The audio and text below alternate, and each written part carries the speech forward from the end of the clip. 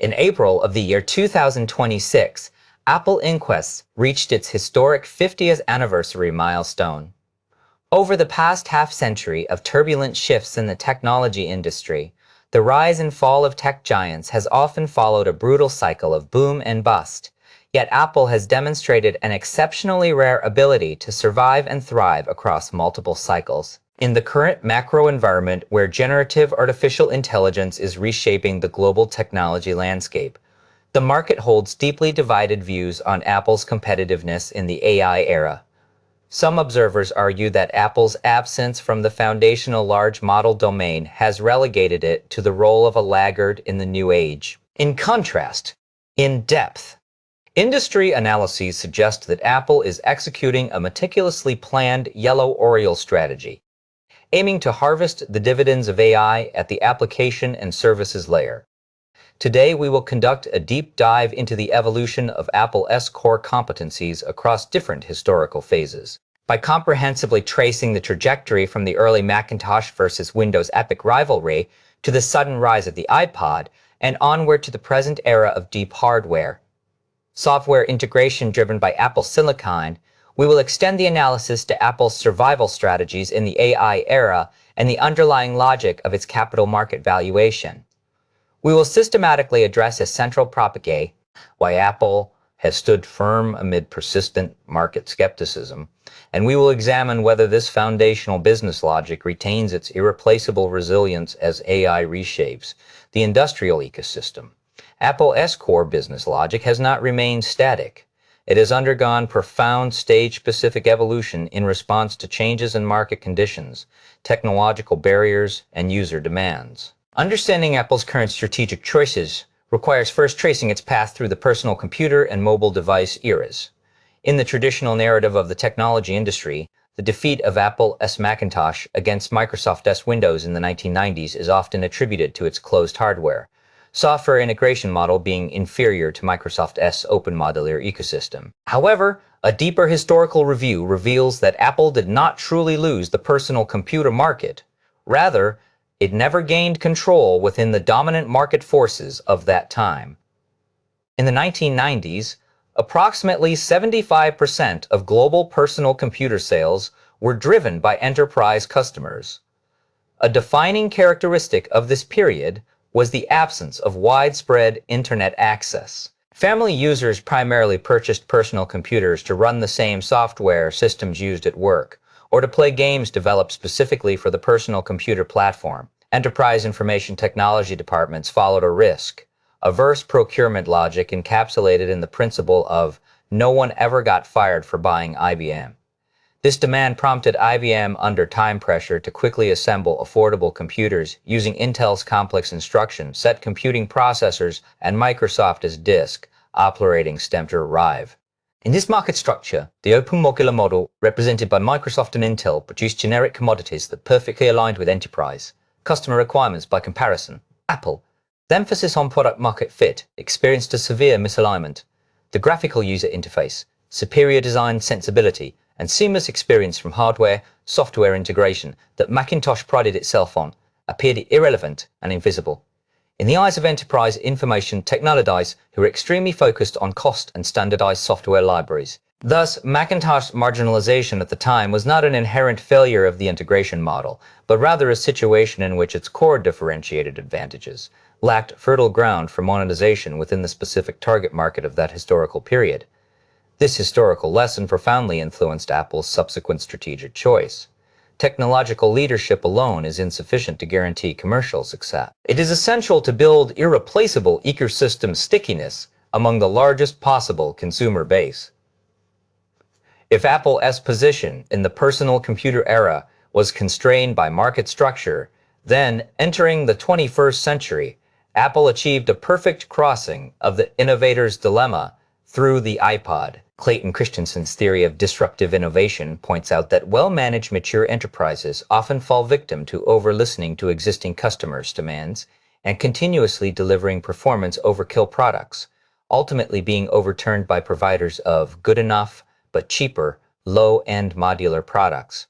In the hard disk drive industry, This phenomenon manifested in the iterative process from 14-inch to 3.5-inch drives, where leading firms were repeatedly surpassed by emerging forces. However, since launching the iPod in 2001, Apple shattered this curse, faced with competitors offering larger storage capacity, but cumbersome operation, such as Creative, Nomad, and Jukebox.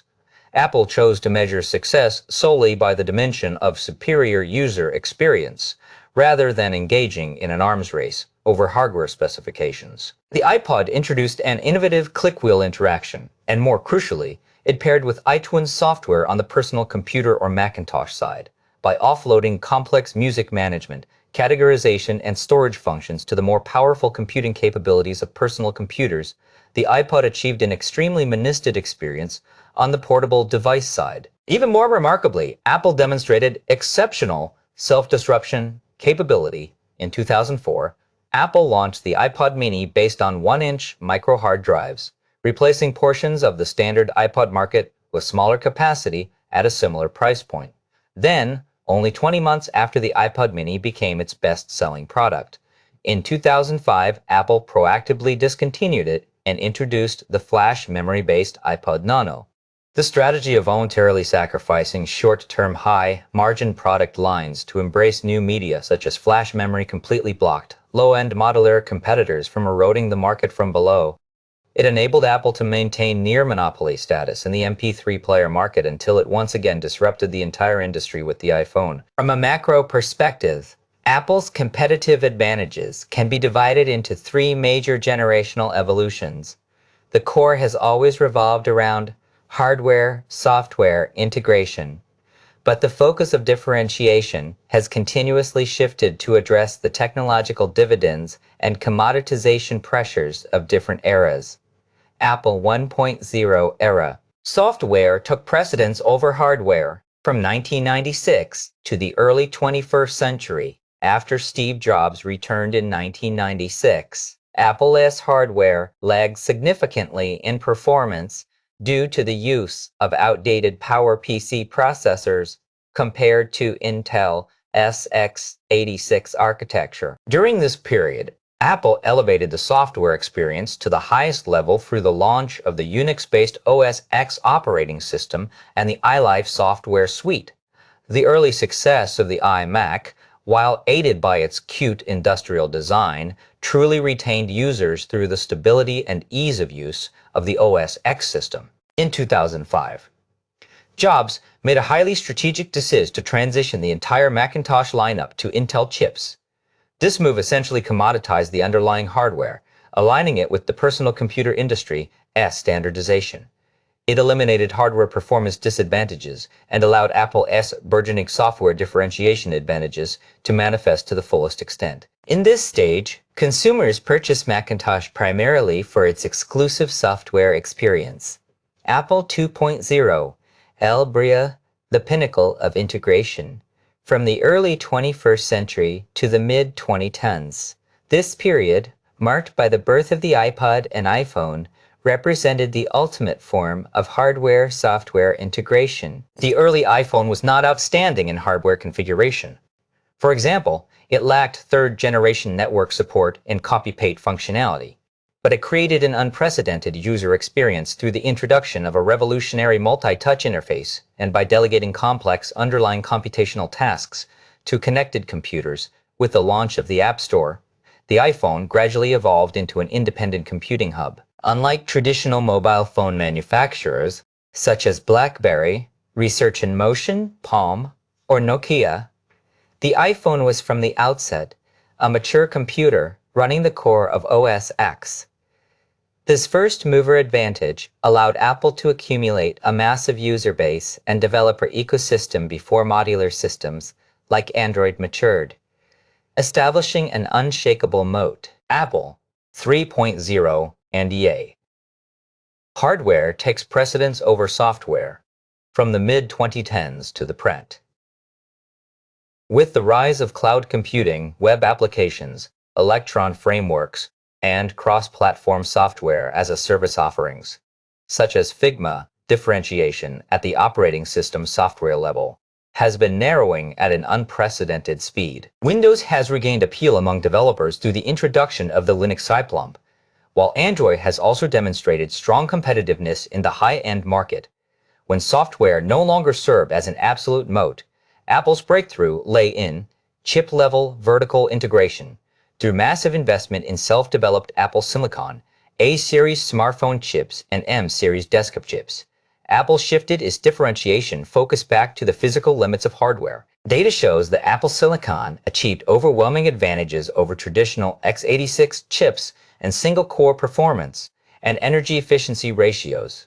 For instance, the A14 chip delivered nearly double the performance of competitors at equivalent power consumption, with its development trajectory achieving nearly triple the performance leap over 5 years, while Intel chips in the same period improved by only 28%. This absolute leadership at the underlying hardware level has enabled Apple to maintain extremely high product premiums and lock in user ecosystems through the provision of battery life and computational efficiency several times superior to competitors, even as upper-layer software gradually commoditizes. Despite its outstanding historical track record, Apple still faces the inherent innovation dilemma of tech giants when fundamental technological paradigm shifts occur. Apple's long-term ability to avoid falling into the innovator dilemma stems from its unique corporate organizational structure. Traditional large technology enterprises typically adopt a divisional structure where each product line maintains independent profit and loss statements. This often directs resources toward incremental innovations that generate short-term profits, while neglecting cross-boundary integration and disruptive innovation. In contrast, Apple employs a highly centralized functional structure. There are no independent iPhone division or Macintosh division within the company. Instead, senior vice presidents responsible for software engineering, hardware engineering, industrial design, operations, and product marketing collaborate. This structure means that departmental performance metrics are not based on short-term single product financial profits, but on the overall system's user experience. Precisely because of this, Apple demonstrates exceptional restraint in product trajectory. Planning Apple tends to deliberately omit certain traditional standard features in version 1.0 products. For example, the original iPhone lacked multitasking, and the original iPod lacked a camera, placing its products initially below consumers' traditional functional preference lines. This strategy creates a fascinating competitive dynamic. Competitors typically view Apple's functional shortcomings as opportunities and quickly launch products stacked with numerous specification parameters. However, because they cannot retarget Apple's silky underlying user experience, these competing products often result in performance surplus and fragmented experiences. In turn, they conduct trial and error on market directions for Apple, ultimately causing followers to fall into the innovator's dilemma.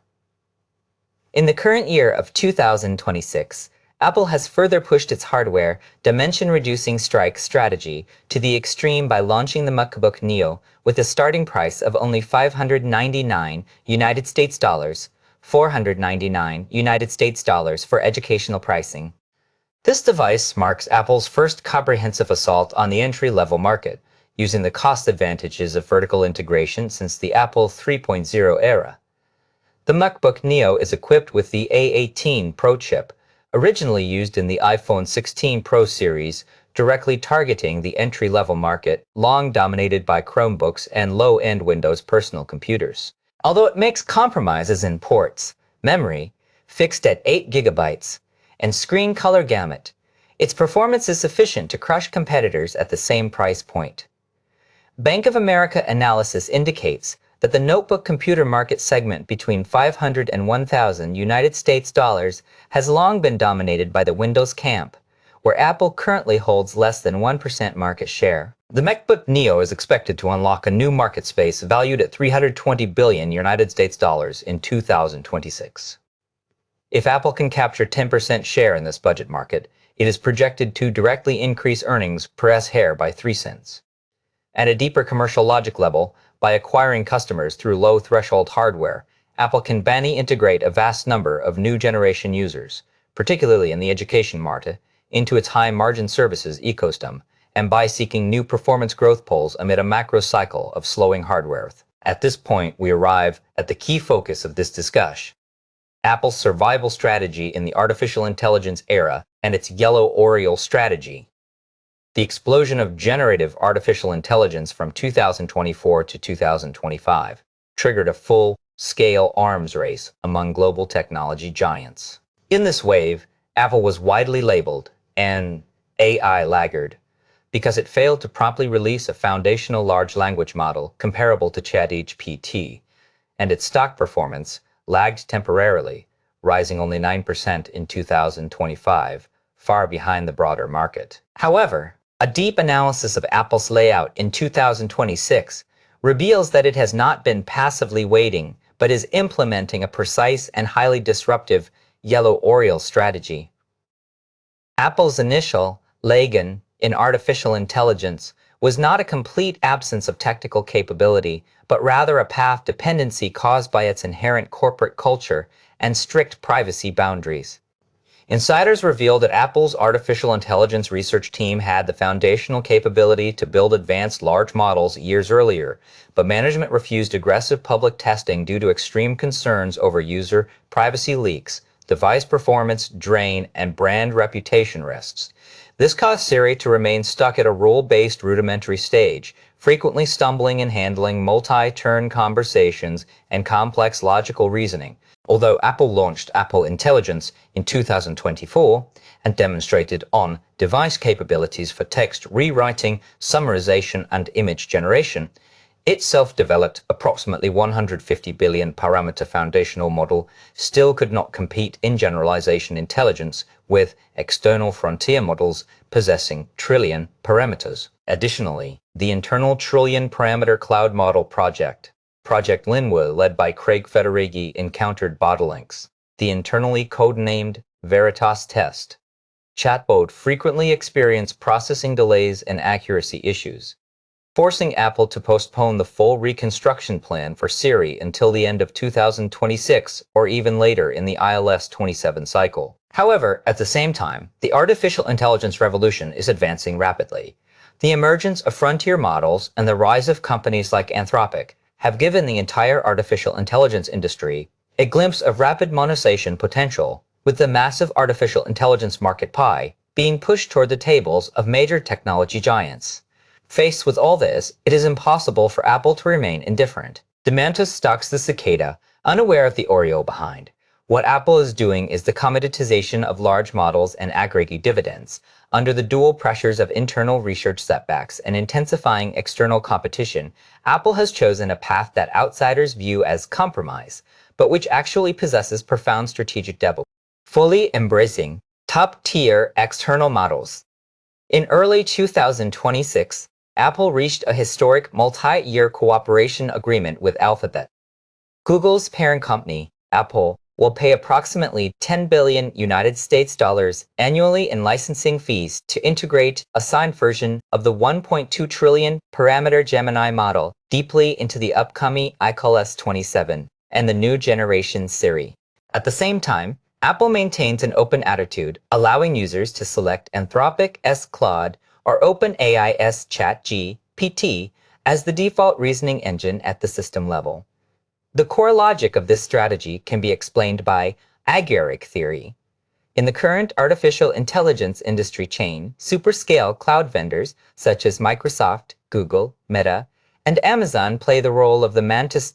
They have invested insane amounts of capital in computing infrastructure. According to statistics, these giants' artificial intelligence capital expenditures for the full year of 2026 are projected to exceed 6,600 billion United States dollars, surpassing the gross domestic product of many sovereign nations. However, the direct revenue from artificial intelligence services generated by these enormous investments is only approximately 35 billion United States dollars, resulting in a severely imbalanced input-output ratio. In this ecosystem, Apple is the Oriole. Apple has keenly sensed that foundational large model technology is rapidly commoditizing. If model capabilities are no longer scarce, the real barrier will return to customer reach channels. Through cooperation with Google, Apple not only immediately compensates for Siri's intellectual shortcomings, but also leverages its vast installed base of terminal devices, exceeding 2.5 billion active devices, to directly seize control of artificial intelligence monetization. Apple permits various artificial intelligence applications to run on iOS. But when users purchase premium artificial intelligence subscriptions, such as Gemini Advanced or Chat GPT Plus, Apple extracts a Apple tax of 30% in the first year and 15% thereafter through the App Store. This means Apple incurs none of the risks associated with procuring hundreds of billions of United States dollars worth of NVIDIA chips or building data centers, yet it can extract risk-free profit shares from the explosion of the entire artificial intelligence industry. This is the core secret behind its ability to sustain high gross margins, maintaining around 47% in the artificial intelligence era. While introducing external artificial intelligence models, Apple has not relinquished control over its ecosystem moat. Its ultimate weapon to prevent external suppliers from overtaking the host is the private cloud contempt architecture. Even when invoking Google's Gemini model, the computation process is mandatorily encapsulated within Apple's silicon-powered Apple exclusive server sandboxes. This end-to-end encryption mechanism ensures that users' private data, such as emails, calendars, and personal photos, will not be extracted by Google for training its advertising distribution models. In essence, Apple has demoted Google to an isolated bucketeer processing engine. This strategy not only consolidates Apple's privacy-first brand reputation, but also ensures that users' dependence on intelligent experiences remains bound to the iPhone hardware itself rather than to any specific artificial intelligence company, thereby further reinforcing its hardware-software integration. Business Logic, Part 5, Risk Assessment and the Paradigm Shift Threat Posed by OpenAI. Although the yellow Oriole strategy appears commercially impeccable, Apple is far from worry-free. Its deepest risk does not stem from smartphone competitors in the same lane, but from potential forces that could trigger a complete human-machine interaction paradigm shift. According to Stratery's analysis, Apple's 50-year monopoly has been built on the foundation that graphical operating systems, OS X and iOS serve as the sole gateway for users to access the digital world.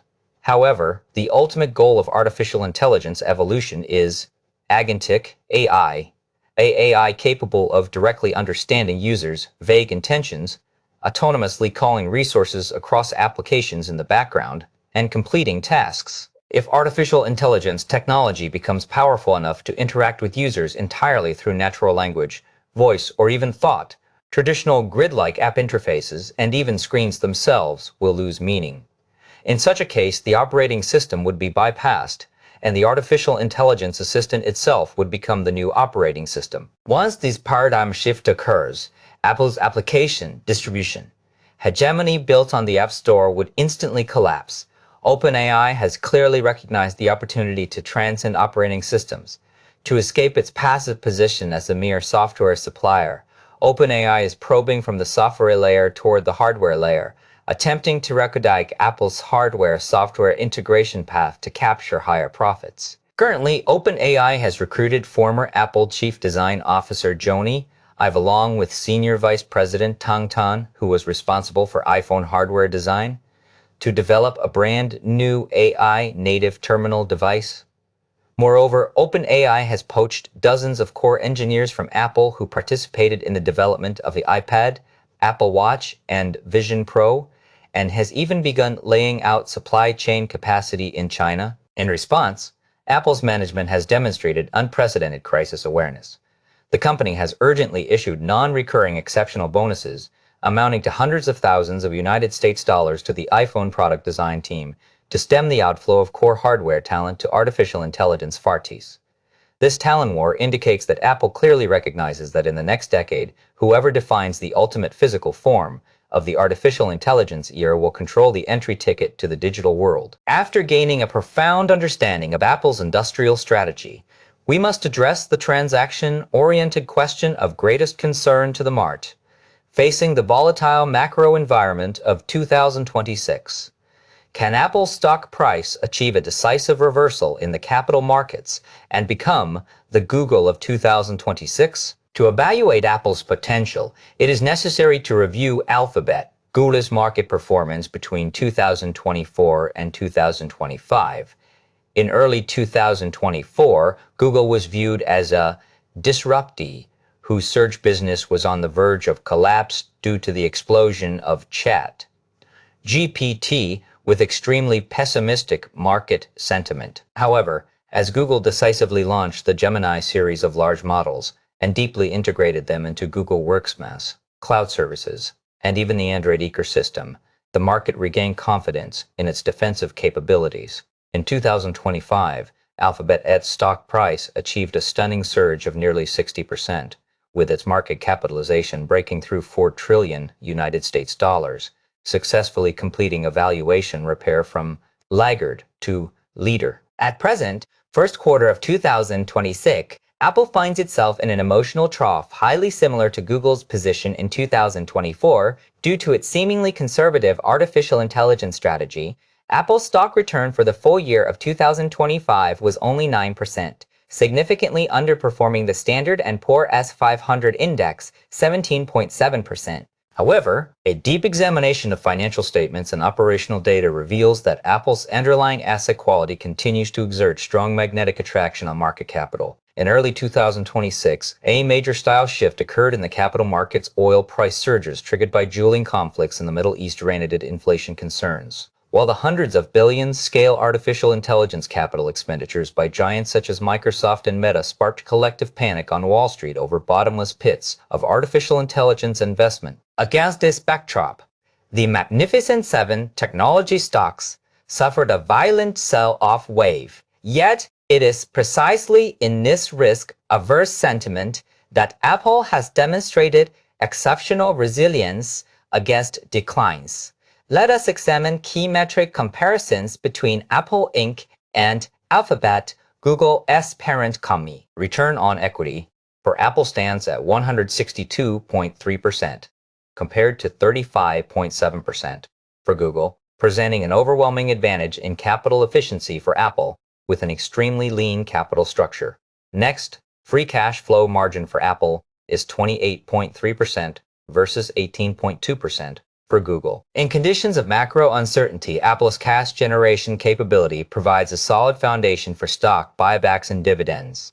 Finally, capital expenditure pressure for Apple is approximately 14 billion United States dollars, characteristic of a light asset mob, while Google invests hundreds of billions, primarily in heavy asset artificial intelligence infrastructure. By outsourcing large model capabilities, Apple avoids the high depreciation risks of computing power and becomes a safe haven for capital in volatile markets.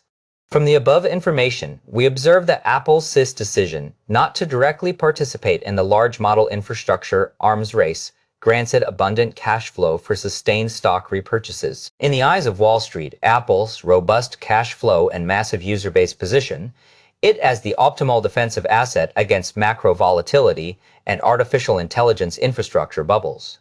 Top-tier investment banks, such as Morgan Stanley, Bank of America, and Goldman Sachs, are intensively re-evaluating Apple's future earnings prospects. Whether Apple can shiitake Google's comeback depends on the resonance of the following three core business catalysts. First, the convergence of the iPhone 17 with the artificial intelligence upgrade way. The market has underestimated the rigid demand for upgrades among the installed base. Morgan Stanley's SalfaWise global survey at the end of 2025 showed that global iPhone upgrade willingness has soared to a record 37%, with the upgrade rate in the Chinese market rising by 9 percentage points year over year. As iPhones equipped with iOS 27 and Gemini enhanced Apple Intelligence ship in volume, investment banks forecast iPhone revenue growth for fiscal year 2026 to reach 6%, twice the Wall Street average expectation.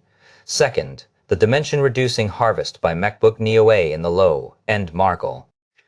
As previously described, the MacBook Neo, priced at only $599 United States dollars, will open a $320 billion United States dollar down market segment for Apple. Bank of America believes this will not only drive short-term hardware sales surges, but, more importantly, inject fresh blood into Apple's high-margin services ecosystem, further elevating its overall profit margins.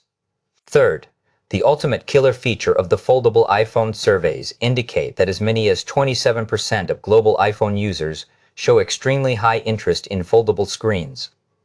Morgan Stanley boldly predicts that if Apple launches a foldable device by the end of 2026 or in 2027, it could double the global foldable market size within 18 months, creating incremental revenue of $400 billion to $600 billion United States dollars for Apple. The strongest growth engine since the fifth-generation network cycle. Integrating the above long-cycle industrial logic with short-cycle catalysts, we believe the market's prior concerns over Apple's competitiveness in the artificial intelligence era have been excessively priced in. Apple's business model has never depended on being the first inventor of foundational technologies. Its half-century moat has consistently been built on the core capability of transforming complex technologies into perfectly integrated consumer experience. In the artificial intelligence era, Apple has cleverly turned large models into pluggable components within its hardware ecosystem through the yellow Oriole strategy, thereby converting tens of billions of United States dollars in third-party infrastructure investments into catalysts for its own hardware upgrades and services subscriptions. As long as Apple devices maintain their market share and no product emerges that surpasses the Apple user experience, people will need to connect to this new artificial intelligence era through Apple devices. Therefore, we should believe in Apple for investors grounded in the company's intrinsic value and long-term growth logic. The current Apple represents a highly favorable risk-reward, defensive-offensive asset against a backdrop where the technology industry broadly faces valuation compression due to artificial intelligence capital expenditure traps. Apple, with its superior return on equity, deep supply chain control, such as Apple Silicon 2, and vast, highly loyal user base, possesses the full potential to achieve a Davis double play in both valuation and earnings between 2026 and 2027. Just as Google proved its ability to defend its core search franchise to the market in 2025, Apple's core mission in 2026 is to demonstrate that it can redefine the true usage of artificial intelligence in consumers' lives through the reintegration of hardware and software. Once this logic is validated in subsequent financial reports, Apple's stock is poised to usher in a new wave of magnificent value re-rating. The above content represents only personal reflections and is not investment advice. Thank you for your companionship.